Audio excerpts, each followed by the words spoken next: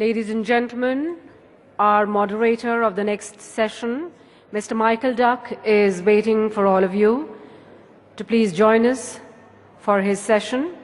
He will be moderating this session, which is about digital strategy, and the talk is being given by Dr. Barish Onai, Digital Director of ITE Group.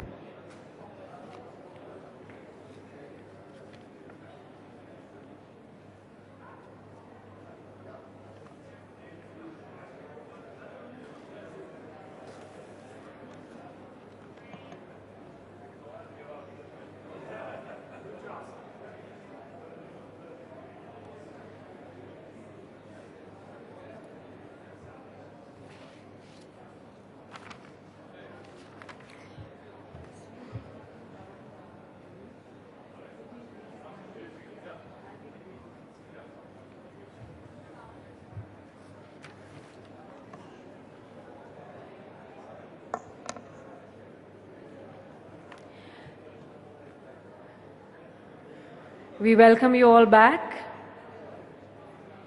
This session pertains to digital strategy and is being moderated by Mr. Michael Duck, Executive Vice President of UBM Asia Limited. He is the Executive Vice President of UBM Asia, which is the largest trade show organizers in Asia and the largest commercial organizer in China, India, and Malaysia. Established with its headquarters in Hong Kong and subsidiary companies across Asia and in the US, UBM Asia has a strong global presence in 24 major cities with 30 offices and 1,300 staff members. Over the past 9 years, Michael has also been very much behind the formation and growth of UBM India, which is now one of the largest trade exhibition organizers in the country. He was appointed as the first UFI, the Global Association of the Exhibition Industry, the UFI chapter chairman for Asia Pacific in 2000, and in 5 years grew the chapter to be the most active and fastest growing in UFI. Mr. Michael is today Treasurer and Vice President of UFI. He's also been Director of the Hong Kong Exhibition and Convention Industry Association for 25 years and was Chairman from 1998 to 2000. I now have the honor of inviting on stage Mr. Michael Duck, who will be introducing the speaker of this session, Mr. Barish Onai, Digital Director of ITE Group. Thank you.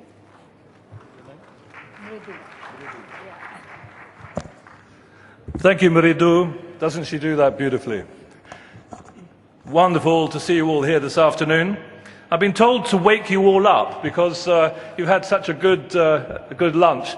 And usually when people ask me to do that, I usually ask people to stand up, walk around, and have a good old stretch. But I know that you're going to be stimulated and mesmerized by the next session, so I'm not going to ask you to do that, but I'm going to ask you for your full attention, particularly you, those in the back there, for this session, which is going to be given to us by Barish Onai.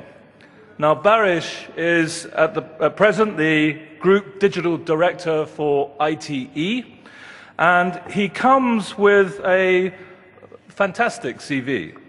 He started with a Bachelor of Arts at the Istanbul Technical University, and then in Paris at the École Architecture of Paris, and then the University of Paris, and he did a PhD also, so he is a doctor. At the Istanbul Technic University. So we're very, very privileged to have him here today. He's been a coordinator at the Building Information Center in Turkey, which is where I first met him as I headed up the UFI Sustainability Committee when it was first formed, and he served on this. Then he became the General Manager of the Building Information Center, and then the Group General Director based in Paris. And I know that he's been very busy with ITE formulating their position in the digital sectors going forward and how digital pertains to ITE and their business for the future. And I think it's fair to say that he comes with a very interesting perspective, being of Turkish origin, so between Asia and Europe, and also of being an academic, and also with the expertise of working within our business for some years.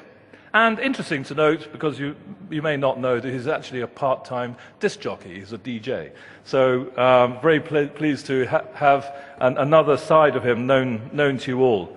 So please would you join me in welcoming Barış to the stage for his presentation. Barış, please. Thank you. Thank you so much.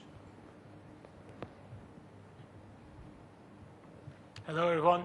Welcome. And thank you, Michael, so much for the kind words. As I have been serving in the UFI Sustainability Committee, I'm very used to be chaired by Michael. And thank you for that. So the title of my speech today is, What is a Digital Strategy? Now, this comes directly from another presentation I have made a few months ago to the UFI CEO Forum back in London. And Ravinder was there, and he had originally sponsored my session in London. And this was designed for the CEOs of our business and to tell them a very small introduction of what digital can do for our industry. And the title was, What is a Digital Strategy?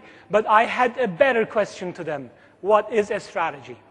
The thing is, the digital strategy and your business strategy are not different things. It's one and the same document. A digital strategy is the digital part of your business, existing business strategy. So I will talk about what is digital in three breakdowns. First, talk about what it is in a very general context, and then tell you what we are doing in ITE about it, and asking the question and just giving you some small tips on what you can do about it. Of course, the part about what we are doing about it will be a bit, let's say, censored. I cannot tell you everything. So what is digital? I will be asking this question a few times just to nail it on the head. Digital was presented to the exhibition industry like a monster. Digital will come, eat away our profit, eat away our business, we'll take it away, everything's going to be online, and we will be out of business. Well, this did not happen, right?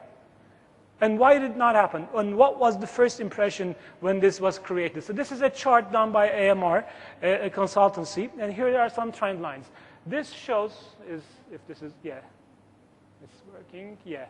So, going too fast, sorry. This shows the marketing spent of a given B2B company. You would see up there, which is B2B, let's say, custom publishing, electronic media, magazines, and then the digital marketing, this and that, and exhibitions. So it was very good news if you're in the digital marketing business. It's very bad news if you're in the publishing business. It's a good news if you're doing some other, let's say, online digital stuff. It's moderate news if you're in conferences. And it looks like it's bad news for exhibitions. Because if you take it towards let's say, future, if those trend lines do not change, you will see that in the marketing mix, digital is now eating away publications, and it's going to take a bit more, let's say, ground from us, from exhibition organizers as well. Now, I pose you a question. Have you ever heard a client tell you no to your show because I'm going to advertise on this web thing? We haven't. We as ITE, in the 20-odd countries that we do exhibitions in, have not heard once a client telling us, I am choosing this online portal against your show. We've heard, I'm going to another show. We heard, I'm never going to a show again, but we didn't hear, I'm not coming to your show because of this online thing. Why not? This is one of the things that I will be telling you in a moment. So let's look again, in a nutshell, what is digital? So I say digital is the new deal, digital is the new normal. It's the new electricity. What does that mean? Electricity is so pervasive in our lives. Without it, nothing would work. And now the digital revolution is becoming just that. Without it, nothing will work in the very, very short-term future. I mean, you don't say, let me connect my kettle to the electrical grid and boil some water. You don't say, let me connect my hair dryer to the grid and get some electricity to dry my hair. But electricity was something that used to be advertised 100 years ago. It was new. Electricity itself was something you can hold an exhibition on. But we don't do that anymore. Because for now, electricity is something that is natural. It is given. Without it, we cannot live. But there was still a time up to, like, I would say 5 to 10 years ago, we would say, let me connect to the internet. Are we ever offline today? We're not. So I see the same pattern happening for internet, what has happened for the electricity. It's becoming a utility, something that is in the background. Yeah, it's there. We don't even think of the world without it. So there is, let's say, big explanation of this, which is called the diffusion of innovation. This is a theory by a guy called Simon Sinek, down there you can see. So when a new technology comes in, I will try to show it with the pointer. I don't know if you can see this, but there is a tipping point. First, let's say the Apple Watch. The Apple Watch just came in, and the early innovators, early adopters are like 2.5%. And then the early adopters, people who buy the Apple Watch in the first few months, it's 13%. And then comes the early majority.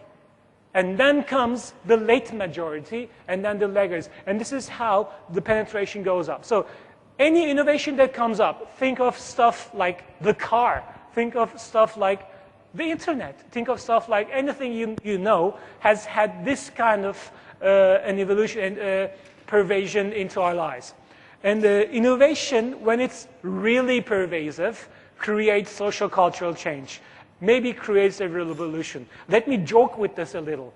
The first revolution of mankind was the agricultural revolution. And when it happened, this is the first ever global and hunter's summit of the world, 10,000 years before. And the hot topic was, what is agriculture? And how is it going to affect our lives? Well, about 10,000 years later than that, there was the Industrial Revolution. And what happened? Yes, of course, the farmers started thinking, what is industry and how is it going to affect our lives? And 200 years later than that, we're now in the digital revolution, and we are sitting together and thinking, what is digital and how is it going to affect our lives? So this pattern just repeats itself. It's just the new order of things, and we have to adapt what we're doing to it. So what is digital again? How did this revolution happen? We have seen a dramatic increase in technological capacity. Everything on the left actually fits to the device on the right. And storage capacity is a million times what it was. And processing power just went up. The cost of processing power came down. Connection speed, this is actually the first modem ever designed by AT&T. It's as big as a fridge. Now we don't have modems anymore. Anyway, the number of devices went up. So I just put them all together. There was a dramatic increase in storage capacity. Faster computers, lower cost, faster connections, and more devices. So this all added up to, just from 1990, the year that the first internet connection was made, just from 1990 to today, I just went to calculate all of these. The speed went up 1,000 times. Storage capacity went up 10,000 times. This and that. Just by multiplying those numbers, we see 3.8 trillion times more digital capacity compared to 1990 today. So actually, the volume, the increase of the capacity of the digital world is beyond belief. Just to put that into context, I'll just show you this. This is no wonder why data got big. The one in the front, by the way, is the Titanic. Just look at what happened. So this is a very, let's say, striking example of how our world today compares to what happened only 100 years ago, or 10 years ago for that matter. Let's have a look. Some things changed forever. This guy is taking a screenshot. Have a look. This is how screenshots used to be taken. Some things didn't. These guys are taking a selfie. They used to take that 100 years ago. Some things just evolved. This slide was a big hit in the CEO forum back in London because, you know, when you go on the tube, you see everybody playing on their cell phones. Oh, they used to read their magazines. Come on. Nothing changes at some point. Some things got easier. This is George Lucas filming Star Wars in the 80s and at 2000s. So basically, how do we make sense of all of this change, all of this technological capacity? What does it mean to us? I happen to be a fan of science fiction novels, and Douglas Adams, one of my favorite authors, has a theory about understanding technology. He says, anything that comes up, anything that is in the world when you are born, like electricity, like telephones, like this, like that, is natural, and this is just how the world works. Anything that comes up until you are 35 is something you can probably have a career in. Anything that comes up after you're 35 is against the natural order of things, should be banned. So let's have a look when internet came up. Let's make a quick calculation. The first connections were done in 1990. The first web page is up 1991. If you were born on 1991, you would be 24 years old today. Wow. If you were between 15 and 35 then, you would be between 39 and 59. If you were 35 that day that the first www dot address was found, you're now 59 years old. So if Douglas Adams is right, anybody above 59 should not fancy a career in digital. But this is a bit, let's say, to be on the lighter side, I think this is a bit light. Because this is not what changed the world. This 1991 internet is something that just started the first step of our new world that we're living in, our brave new world. Because this is what the internet used to look like in 1991. A one-lane highway. But Internet 2.0 actually is a two-way highway. We all know the difference between YouTube and TV, right? So this happened in 2004. So let's redo that math. In 2004, if you're born that day, you're 11 years old now. If you were 15 to 35, you would be up to 46. And if you're after 46 today, then again, still don't think of having a career in digital. Because some young guy, much younger than I am, by the way, I'm 37. We now employ people in London that work for me who are like 22, 25, and they come up with some digital stuff. Even I'm like, really? So this gap, generation gap, is accelerating. So now specifically to us, what is digital? It's not rocket science, really. It's just common sense. I have a saying, if it's not common sense to you, the stuff that we're talking about digital, it most probably is nonsense. Now, that's my mantra right there. I'm saying that.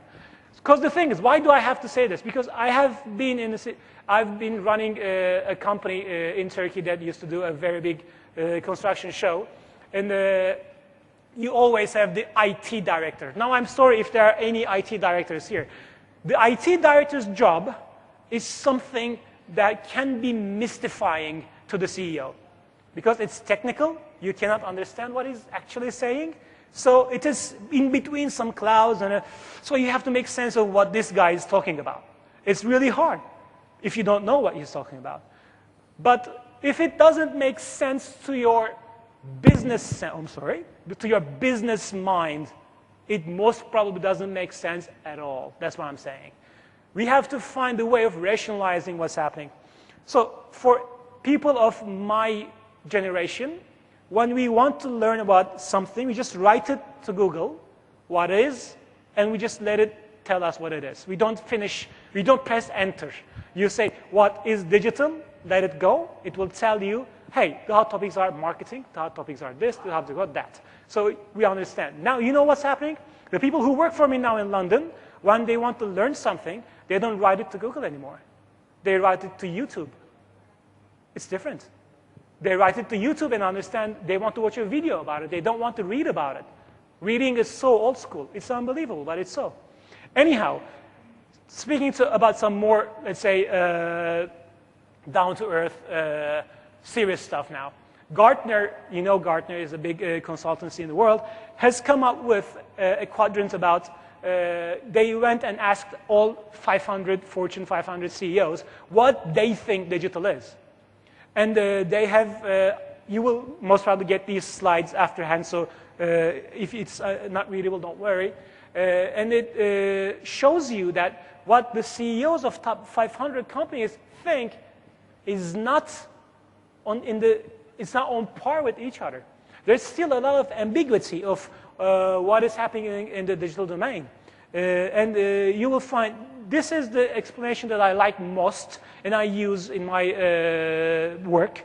Gartner talks about a nexus of forces, some different forces coming together to create a change. And they say social, mobile, cloud, and information patterns are now at such a critical, let's say, place. They have started affecting all and every lines of business out there, including exhibitions, everything. Increase customer prospect and partner engagement, generate new leads, increase awareness, this, that, da. Cisco says these are the things that is happening to change businesses worldwide. Accenture says every business is a digital business, and I really buy that. Because without this today, there is no way of competing with your peers. And Deloitte has just set up a whole team called Deloitte Digital. So coming back to the Gartner institution, just read the top and the bottom. Blurring the digital and physical worlds and disrupting existing business models. How does this happen? I don't know if the slide is big enough to be read, but I'll just tell you. They break down businesses into different categories on how, let's say, digital dependent they are. And you will find the analog business models, and then web-enabled, and then e-business, digital marketing, and then you move towards some fancy stuff like a pure digital or autonomous businesses. Now, just look at that. All of the businesses in the world are somehow in one of those categories. Now, us, I would say we're here, because I don't know if you can read it. We are moving towards web-enabled to electronic business. We know we have our communities, we all have web pages, this and that. Now we want to do something with our web pages. Now we want to do something with our data. Now we want to do something more than exhibitions about what we're doing. So we're in that quadrant. And in time, we will find some of the bigger companies are a bit more ahead and are doing some machine learning, this and that, at other stages of this evolution.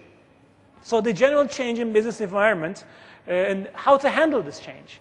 I think there are like only 3 big categories of how this works. One, organizations are digitizing segments of your business. An example, moving your marketing spend from analog to digital and digitizing the research and development budgets. Second, organizations are digitizing how they service their clients. And this is inside my presentation coming up of what we actually are giving as a service. And third, making sure that this digitization becomes a revenue stream on its own. So this happened a few times. When TV was invented, this is the first ever BBC news forecast in 1950-something. I don't have the date for it now. So this guy actually is, and he was, the top radio presenter of BBC. So when they said, hey, we have this new thing now, we can film this guy, okay? How do we present news? Let's film him talking to the microphone. So just like we always do. They did not understand how the new medium works. They did not understand the full potential of TV. They just filmed their radio presenter reading the news. Of course, when you watch TV news today, nobody is reading the news to your face anymore, because now we know how to use the medium. Same thing happened from TV to internet. Does anybody here remember this webpage? This was supposed to be the digital entertainment network. It was launched, a lot of money went into this, and what they did was they were going to film TV shows just for the internet. Ever heard of a website called YouTube? You know, they didn't understand the power of the internet. They just repeated what they know how to do on the web. And it just doesn't work like that. Same thing. Now, we're the exhibitions industry. I have seen, if there are anybody here doing this, I'm sorry, I do not believe in this. Virtual exhibitions, I am openly telling you, as ITE, we will never invest into anything like this. Because I believe this is not understanding the medium. This is just repeating what we're doing on a other medium like that, but the medium doesn't work like it. So what business are we in? Then what are we going to do on this digital domain? So we know, everybody in this, it doesn't need me saying, but I have to say it. We are the marketing platform of our clients, which we call exhibitors, their products to their buyers that we call visitors. So this is our job. This is our value proposition. You come to our show, you will meet buyers, right? So we should focus on this, because in innovation research, I don't know if anybody's into that, but there is a job to be done approach.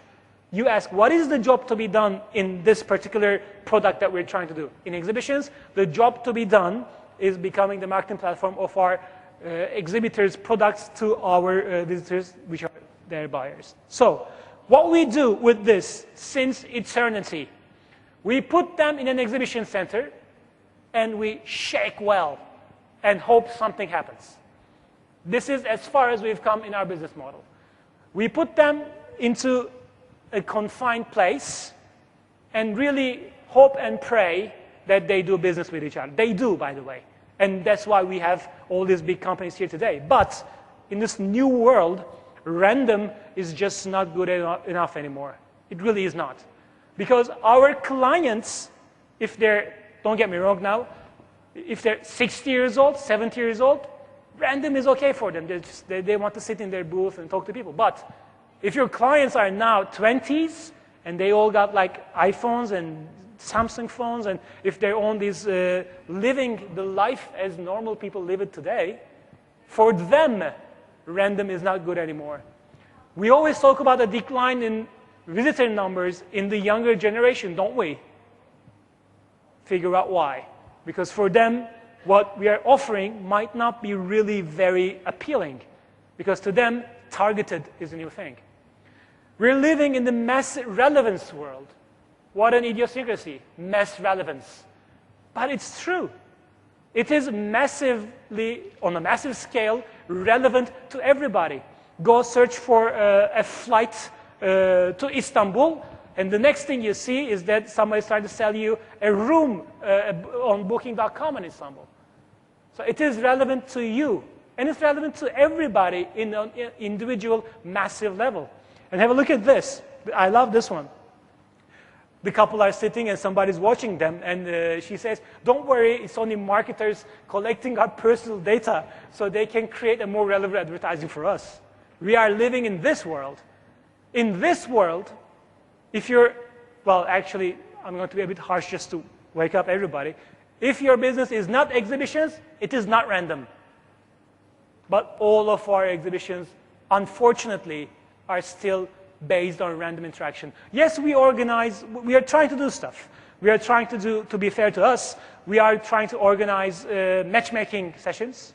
We are trying to have floor plans, apps, and this and that to really integrate some stuff. But I do not believe us neither have found the holy grail of this, let's say, new interaction that is rolling out. So in digital platforms, when you put these people together, when you put a guy who wants to sell a product and a guy who wants to buy a product together in an exhibition center, in a conference hall, in a barn, or an online community, you will have a business because people are willing to pay to get their business done. I say exhibitions is this. It's battle tested, it's proven, it will spray, but it will get the job done for you. But digital is that, it's a sniper rifle. It's fancy, high-tech, custom, hard to use, but if you use it, it's one shot, one kill. You will find that massively relevant person for you. Now, we are in the, let's say, we're selling to the same clients, exhibition and conferences. And some other guy, well, for Michael, they sell as well, but for many of us, some other guy is selling magazines and portals and product directories and this and that and apps. And what happens is the marketing budget is now split like this. We all understand this world that actually exhibitions make more money, yes. But on the other side of this, let's say, balance, there is something. And the thing is, digital hit their business first. You know, they call themselves the eyeballs business. Have you heard this term before? Wherever your eyes are looking, if they're looking at a page of a magazine, they can and will sell it. If your eyes are looking at a TV, they will sell it as advertising. So they are the eyeballs business, the media business. They've got the head start in digital because they had to. So let's face it, all of the listed companies in exhibitions, us, UBM, Reed, everybody is listed under media. We might really there is a mismatch here. What's happening is we are massive media companies that are on the face-to-face medium, and the companies on a much smaller size to us, being on the print or digital medium or the print medium, have already transformed their businesses because they had to. Because their share of the marketing dollar disappeared, I just showed you. But ours is still there because face-to-face is right now still, I would argue, immune to what's happening on this digital world. So out of this trend, we realized that the B2B marketing world and exhibitions are on a converging trend. Because what's happening is they are trying to digitize their business. We are trying to digitize our business as well. So we are going towards a meeting point with our peers in the marketing and the media world. And there's an organizational challenge to be met. I just told you about the IT director, the CIO, and the marketing director. So there is now in the world a fight going on between these guys. Whose job is it in the company to tackle digital? And they come together, and then boom, there's a very big fight. I'll just show you. In Accenture just made a study on this, and they have seen that the tech guys, the CIOs or the IT directors, they say 31% of them say their marketing peers are ill-informed about tech, they don't know about technology. And what 38% of the marketing guys say is that IT deliberately keeps them out of the loop. So there's a problem here. The marketing guy and the RT guy are not talking to each other. There's a problem. Let's go on. It's so much fun. 36% of them say marketing routinely bypasses them looking for solutions outside. And 35% says, hey, but our concerns aren't high enough a priority. They don't solve our problems. 77% of CIOs think they are aligned with the chief marketing officers. Wow. Only 56% feel the same way. And 45% say, hey, you know what? Marketing's concerns are my top priority. They should not worry about it. Whereas marketing says 64% think they're in the last spot in this IT director's agenda. So you can see that there is something going on here. There's so many other stuff going on. So enter the chief digital officer for the new companies. He's not a marketing guy. He's not an IT guy. He's someone in between.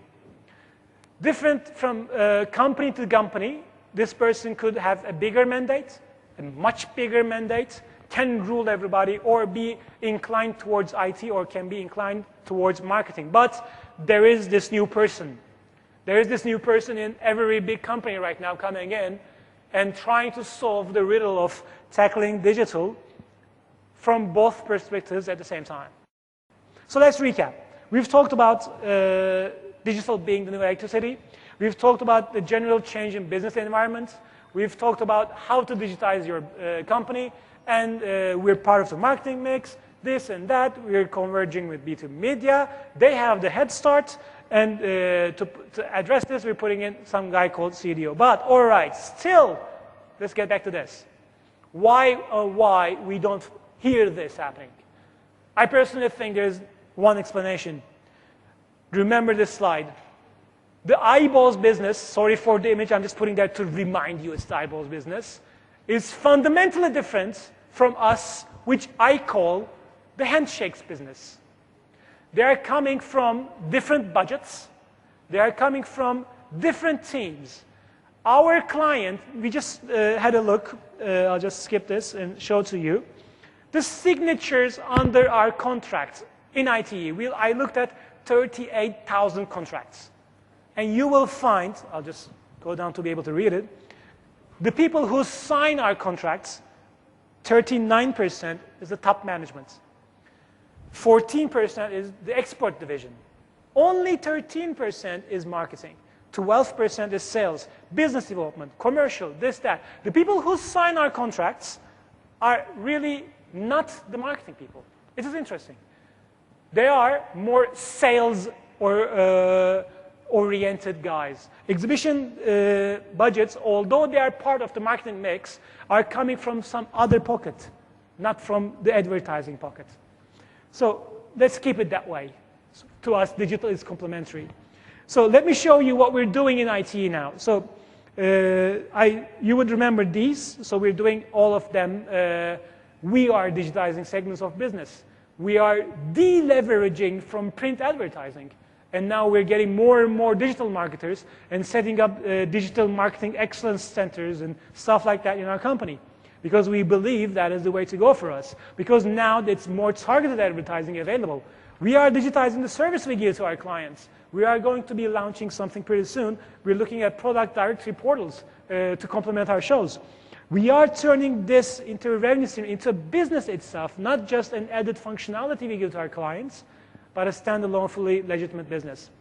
And this is actually the first slide from my IT's internal digital presentation. I promised USS Enterprise to our CEO and delivered only this. Now, this is the picture of our group digital strategy, the actual document. And I put this picture to just show you. It actually says, I don't know if you can read it, getting the basics right. That is our mantra until 2017. Because we are so negligent of our, let's say, registration systems, of our digital marketing, of our apps, of our solutions, of our web pages. There were pages of IT group around the world, I won't say why, that didn't have the date of the show on it. Did this happen to you? Of course it has.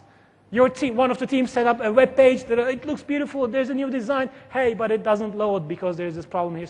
This happens. So what we're trying to do is trying to standardize standard operational procedures about digital, about registration, about data, about CRM, about financial systems, about how you store your and access your data, and stuff as basic as what should be on your web page and how it should be designed. And we're just putting them into one single document, which is this, and rolling it out country by country. And this is the contents of it. And for us in data management, we believe we are somewhere here. So it's a very funny slide, again, by Gartner, about data. If you have a problem, if you're unaware, problem, what problem? You're kind of here. If you're aware, but you have no vision, you're at the second stage.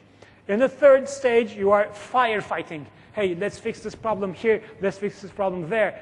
Most of us are there. Now we are trying to move towards being more proactive to manage, and hopefully one day we'll have an optimized data structure. And this is a slide that I love using. This is from Spotify. Spotify is an online digital radio that works with you and understands what kinds of music you like and automatically presents you with it. So they made this slide, which tells you about their project development mentality. If they're going to build a car, they don't build it like that on top. They build it like this, meaning even the first product that they put up takes you from A to B. Yeah, you have to just push it on your own, but it takes you. And then further down development, hey, now I can steer it. The third, hey, it's a bike, it's going much faster, and then it has an engine, then they produce the car. They don't wait until they produce the car and keep you on the ground for months and months and months with no production. We are doing the same in everything. We are taking slow steps, small steps, and we're trying to work as a Lego structure. We are writing modular code that we're putting on top of each other to create a bigger palace when we can. And another science fiction quotation, they say, the future is here. It's just not evenly distributed yet. Let's have a look at the world. This chart is from the World Economic Forum. You know, they meet in Davos every year and just rule the world. And they have a study which I would suggest you all read. And one of the studies is the Network Readiness Index. They rate the countries of the world on how ready they are for the digital revolution. And not surprisingly, you will find that the US and some other countries that we all know are a bit advanced compared to other ones. And this tells us, I think during the questions I can talk with you, Michael, we don't have businesses in North America. But if we had, I'm definitely convinced, their customers' expectation would be much more complex to our customers in Ukraine or to our customers in Kazakhstan. But for companies like ITE, like us, which are multinationals, we have to look at this graph all the time and find a common denominator for all of our events. So this is about India. I made some research about India before coming, and it is very interesting. You will not be surprised, but India has the world's third biggest internet population in the world. Well, India has the second biggest population in the whole world, of course, but there's another catch to this. The biggest internet population of the world is in China with 700 million users, but it's behind the great Chinese firewall. So if you're building an online service, it will be very hard for you to leverage those people. Therefore, India, to me, is now the second biggest internet population of the world. And the growth rate of that population is by 200-something%. It's unbelievable. So basically, in a very short notice, in a matter of a few years, we will see India becoming the world's biggest internet market. And don't be surprised, some of your startups today will be valued in hundreds of millions of dollars in very short notice. So what you can do about digital now, a very close wrap up. These three things again, look at the segments of your business, look at your marketing team, look at your visitor registration team, look at other stuff that you're doing and try and understand if you can do that easier and cheaper by digital. Look at the way you service your clients. What does your client want from you? What is your value proposition to your client? Try to do that on digital and try to design it not just like an added service, but try to design it as a standalone business itself. So this is a very interesting study done by the Center for Exhibition Industry Research. This is top sources for information when you're searching for an exhibition. And you see the top, out of the top 4, 3 of them are digital channels. Out of the top 10, you would find 8 of them are digital channels. So basically, people today are finding our businesses through digital and actually nothing else. Imagine you didn't have a web page, what would happen? Imagine you didn't have email, what would happen? What I'm trying to say is, we all understand this world, we all are living by it, but having a let's say, very sophisticated web page, and just having a web page brings you a different, let's say, return. Having a somewhat okay, let's say, mass emailing system and having the top-notch system will change your life. And you should focus on the quality of your systems as well. And digitizing how you service your clients. In the handshakes business, this is a blog I wrote, by the way, you can find it on my LinkedIn profile. In the handshakes business, we should look at more and higher quality handshakes. This is all we're doing. We're making people meet. We're making people do business with each other. So we should have more people and more relevant people to meet each other and turn it into the revenue stream itself. I'm concluding now with this. This was a question I asked at the CEO forum in London. The billion-dollar question. How do you monetize your visitor base? Oh, we have all these users, and how do we monetize that? Now my question to you, the mere existence of this question is actually ridiculous. If you're asking this question, does it mean you think you don't actually monetize your visitor base? Then what are you selling to your exhibitors if you're not selling your visitors? Are you in the real estate business? Are you just renting in the short-let business, renting some square meters around? No, we're selling the opportunity to meet. We all know this, right? So how to monetize our exhibitor base? We already are monetizing by square meters. It's just a matter of looking at how do we monetize per click. It's the same thing. It's the buyer. If you want to see buyers, buy this many square meters. Or if you want to see this many buyers, pay me this money to be online platform, whatever you want, and pay per click.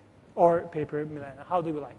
So how do you do that? Get a digital guy. Get a young digital guy. Focus on your own business strategy. Don't go and do a digital strategy on its own. Just make sure it's a complementary document, what you're doing. Focus on the basics. Look at your registration. Look at your website. Do you have a template for your website? Or are your 5 websites looking dissimilar? Look at your brand. Look at social media. All the stuff that we really know and use in our lives. Just spend some time on them, and you will find the answers are very, very easy. Talk to the UFI ICT committee. I'm part of the ICT committee now. That's why I'm not part of the sustainability committee anymore. We are more than happy to answer your questions. And these are the questions that we're looking at the UFI ICT committee. You'll see there's a lot of them. I'll just read them, a few of them in random. Location-based services, to go cloud or not. Budget distribution amongst CIO and other departments, database integration, business matching, contactless payments, lead management, There are so many issues. But before you get the basics right, don't even read these. Get the basics right first. Make sure, I'm going to repeat it again, make sure the registration is right, make sure the web page is functioning properly, make sure you're mobile friendly, and then look at other stuff. Thank you so much for listening to me. And if you'd like to reach me, you know how to find me. Thank you so much. Thank you very much, Boris. Round of applause, please.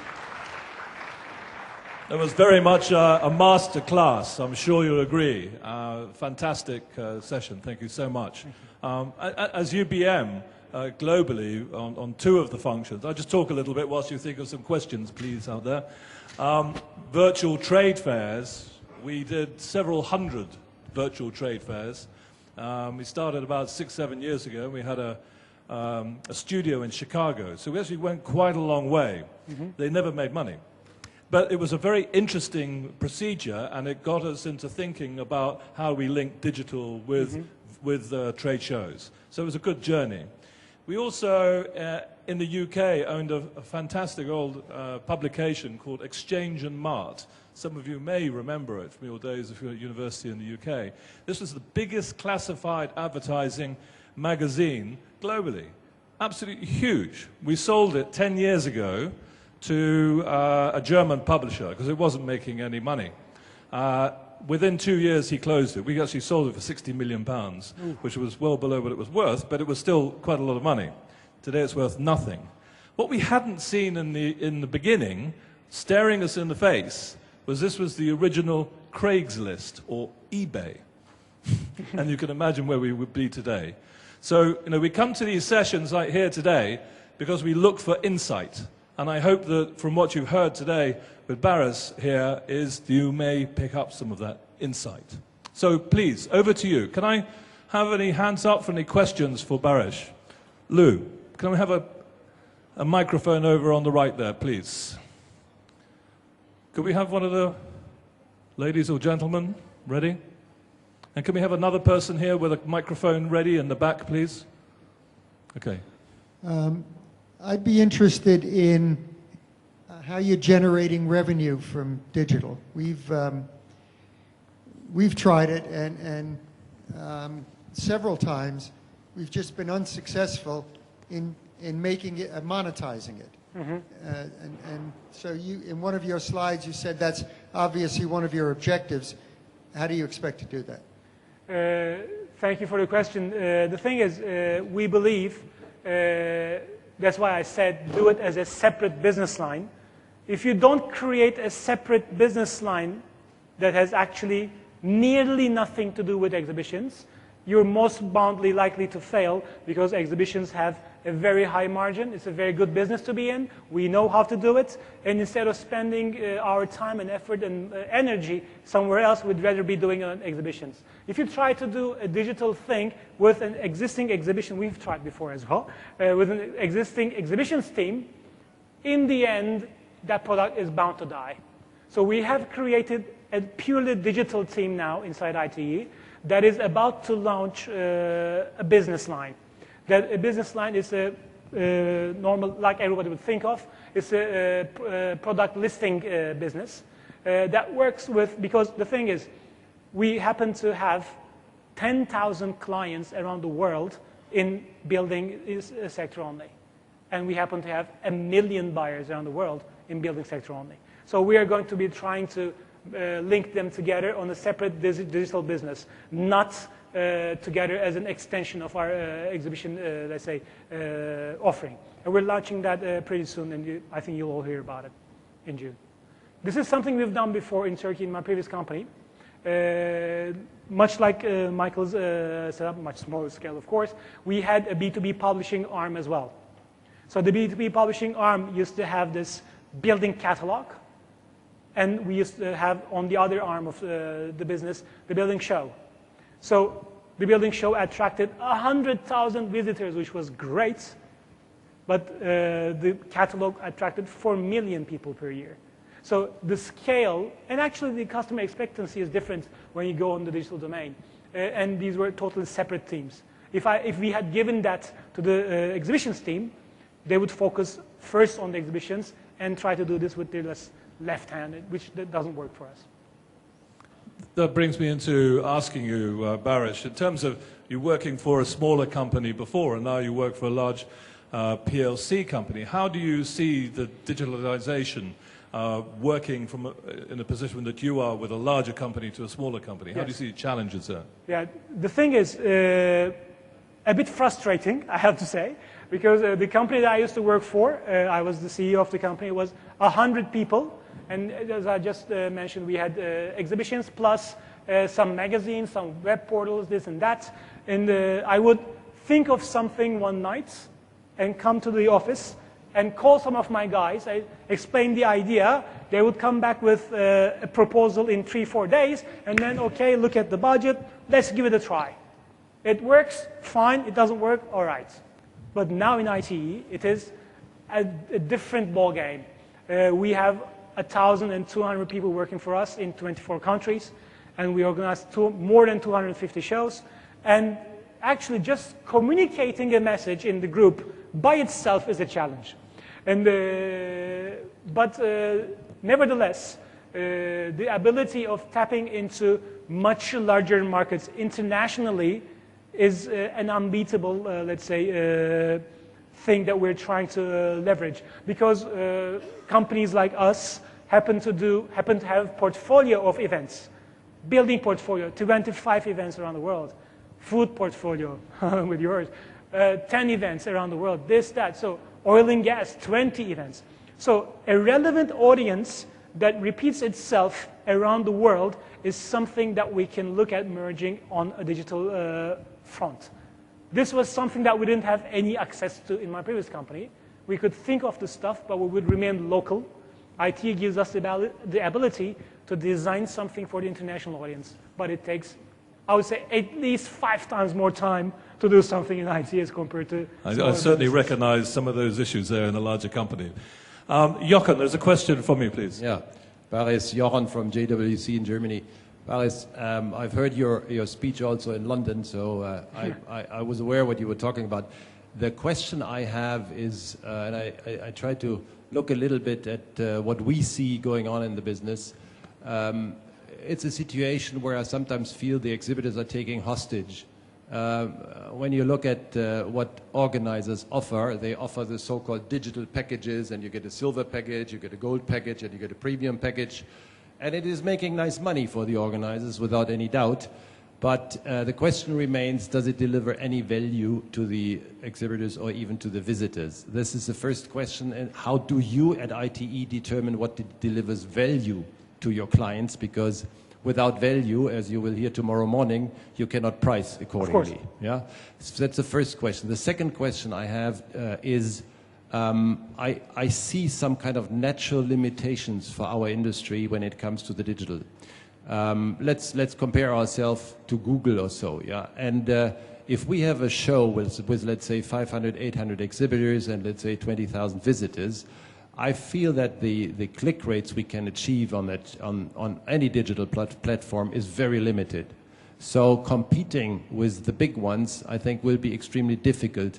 So what are you going to do at ITE about this question? How do we get the click rates up to make it meaningful for our clients, and also to be able to charge, let's say, somehow meaningful price? Yes.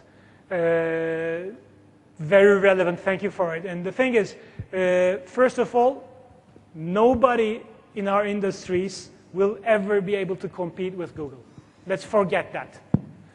What we're trying to do is not to be caught up in that comparison with them. What I've just said is, we're not, with one show with 800, let's say, exhibitors and 20,000 visitors, you're not going to be able to create a meaningful thing. But as I just said, we're looking at portfolios. We're not going to repeat our offering for small shows here and there. We're just doing one big thing as a standalone, let's say, offering that is going to be servicing all of our small clients added together and all of our visitors added together. And as coming to that compulsory packages, we're not doing it. Because I think you're right. I think lots of people are getting caught into this. You can think of it as the registration fee. What is a registration fee? It's just something we can charge to our client, which is nothing. If it becomes one of those digital, let's say, advertising on the portal, let's say £200 there or something, and if it doesn't get used, you're right, it will become a discussion point between us and the client. What we're doing is we are giving the platform to our clients, the basic package, just like you said, for free. We're not charging for it. It is free to be there. If you want to upgrade, I always say it's like cable TV. You just get the free version, Freeview HD. You get like 2 channels here and 5 channels there. But you want to watch the movies, right? So you just upgrade a little, you get the movies. But hey, if you want to watch the football, you pay a bit more and you get the full package. So we are giving our clients the same thing that they live in their ordinary lives somewhere else, a model that they don't know, just in our exhibition industry. Thank you. Ravi, you had that question. Yes, glad to hear it again. It's getting better and better every time. Thank you. Question slightly related to what Michael said. What sort of geographical challenges do you face when you are going to digitalize? Is it the same if you're doing it in India, in the UK, Ukraine, Russia, where you operate? Or is it basically the same all over the world? The thing is, the gaps around the world are shrinking. They used to be steeper, they used to be wider, but now I can see that the maturity of digital business in all big, let's say, economies of the world is getting to a acceptable degree that you can have a business line cutting through these other places. One challenge is language. Now that is an important one because not everybody wants to read everything in English. We have the false assumption that, well, maybe not a problem in India, but if you go to my home country, Turkey, if you launch an English product, that's going to be a problem. So what we're doing, but the web now enables us to do fantastic translations of your product and just putting them on databases and doing mass translations. So we are trying to mitigate that. Geography, for us, is going to be a challenge that will nullify itself because all of the countries are moving towards more digital. There is no country today trying to go back. So basically, that challenge automatically will nullify itself. But for us, the language is a bigger challenge to face.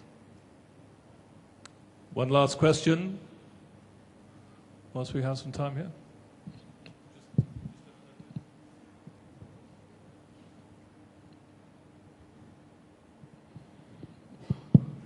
I'm Sanjeev from Fairfest. From a very high level, you think, do you recommend our transforming into technical business, or is it more like a diversification into digital business? Well, if you transform, somebody else will do your show, don't worry. The thing is, as I just tried to present, our offering as exhibition organizers, face-to-face, this is irreplaceable by digital today, to my knowledge. We cannot do it. We complement it with digital, not replace. So basically, diversifying into digital is the right thing to do, keeping your face-to-face business and putting some digital to the side, and having a, let's say, more, wider grip on your clients. But if you want to stop digital, stop your face-to-face business, somebody else will do your face-to-face business. I'm going to ask you two very small, quick questions. Please. You've brought us through a history of the tech business very eloquently and very interestingly.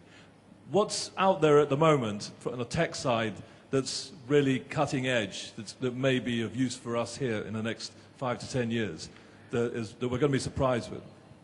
Well, I was going to say micro-localization, but that is something that's out there today. I mean, people now are trying stuff out with iBeacons and this and that. We know where you are within the centimeter, and we can define specific marketing messages to you. That is happening, but I don't think that is a very big change. For me, one of the things I like looking at is virtual reality. It is striking. If you can have ever a chance to try it. You're talking about telepresence there? Yes. Okay. Now there are virtual reality firms. One of them is just bought by Facebook for $19 billion. They don't have a product yet, but they have the most advanced kit available. So virtual reality will step into our lives so fast that we'll be amazed. Okay, my second question, and please, for the Americans in the audience, close your ears, because you've taken us through this journey where there's been such phenomenal increases in capacity over these past few years. So do you really believe that in 1969 the Americans got a man on the moon? I don't know. Most probably yes. Because it's a very good question. And what's going to happen is this technological advance going on. In 20 years' time, some new kid will be here presenting to another audience, and they're going to say, do you really believe they were just having websites? That's going to happen. Weren't they very brave astronauts then? Yeah. Thank you so much. A round of applause for Barris. Thank you so much. Thank you. Thank you.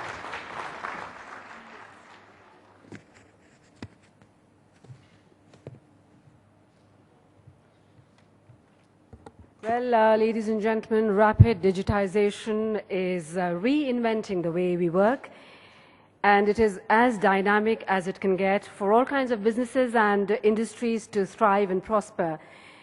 Making use of technology is indispensable, and talking about the A to Z of digital strategy, that was Dr. Barish Onai, and moderating this session was Mr. Michael Duck. Thank you so much. I request Mr. Sanjeev Agrawal, he's the Executive Committee member of IEIA, to present mementos to both of them.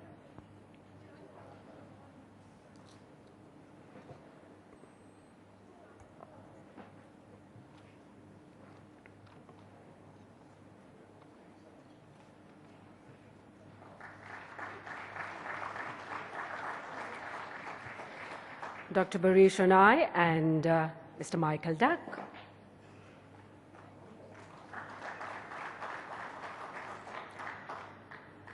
Thank you so much. And now we follow this up with two back-to-back panel discussions.